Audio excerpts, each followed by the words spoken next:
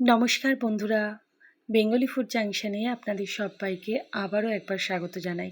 আশা করি আপনারা সবাই ভালো আছেন, সুস্থ আছেন। আমিও খুবই ভালো আছি। আজকে আপনাদের জন্য আমি একটি রেসিপি নিয়ে এসেছি, সেটি হলো পাটপাতার বড়া। এই সময় বাজারে পাটপাতা খুবই অ্যাভেলেবেল। পাটপাতা দিয়ে বিভিন্ন রেসিপি আমরা বাড়িতে তৈরি করে থাকি। তার মধ্যে একটি হলো এই ধরনের বড়া। এটি খেতে কিন্তু খুবই ভালো হয় এবং খুব সহজে আপনারা পাটপাতা দিয়েই বড়াটি তৈরি করে নিতে পারবেন। আপনাদের যদি আজকে আমার এই রেসিপিটি ভালো লেগে থাকে তাহলে লাইক, কমেন্ট ও শেয়ার করতে একদমই ভুলবেন না। আর যদি আপনারা প্রথমবার আমার চ্যানেল ভিজিট করেন আর ভালো লাগে তাহলে চ্যানেলটি সাবস্ক্রাইব করে পাশে থাকা বেল বাটনে চাপ দিয়ে দেবেন। তাহলে আমি যখনই কোনো নতুন রেসিপি দেবো আপনারা খুব সহজেই তা দেখে নিতে পারবেন। আর প্রত্যেক বন্ধুদের অনুরোধ রইল ভিডিওটি স্কিপ না করে পুরো ভিডিওটি দেখার। দেখুন, এখানে আমি পাটপাতা নিয়ে নিয়েছি, ভালো করে ধুয়ে পাটপাতাগুলো পরিষ্কার করে নিয়েছি এখানে চালের গুঁড়ো।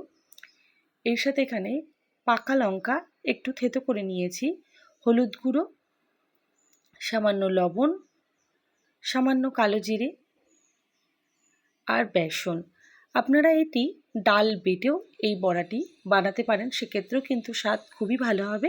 আমি এখানে রেডিমেড বেসন দিয়ে এটি তৈরি করছি। এখানে বেসন, চালের গুঁড়ো আর সমস্ত উপকরণগুলো দিয়ে একটি ব্যাটার আমি তৈরি করে নেব। সামান্য হলুদ, সামান্য লবণ, এরপর আমি দিয়ে দেব সামান্য কালো জিরে, তারপর লঙ্কাটি দিয়ে নেব।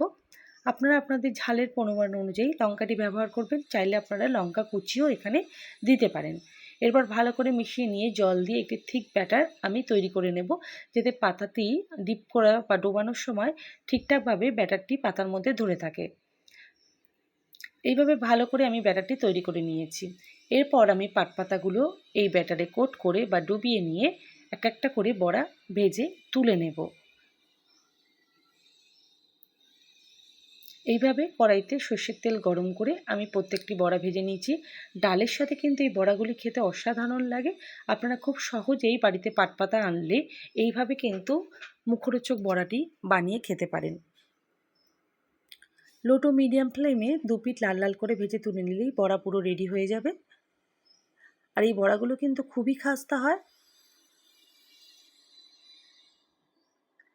খুব ইজিলি আপনারা এই বড়াগুলো বাড়িতে তৈরি করে ফেলুন। আশা করি আজকে আমার এই রেসিপিটি আপনাদের ভালো লেগেছে। আর অবশ্যই কেমন লাগলো সেটি কমেন্ট করে জানাতে ভুলবেন না। আর বাড়িতে একবার এইভাবে আপনারা পাটপাতা দিয়ে বড়াটি বানিয়ে বা ট্রাই করে দেখতে পারেন। সবাইকে অসংখ্য ধন্যবাদ ভিডিওটি দেখার জন্য। সবাই ভালো থাকবেন, সুস্থ থাকবেন।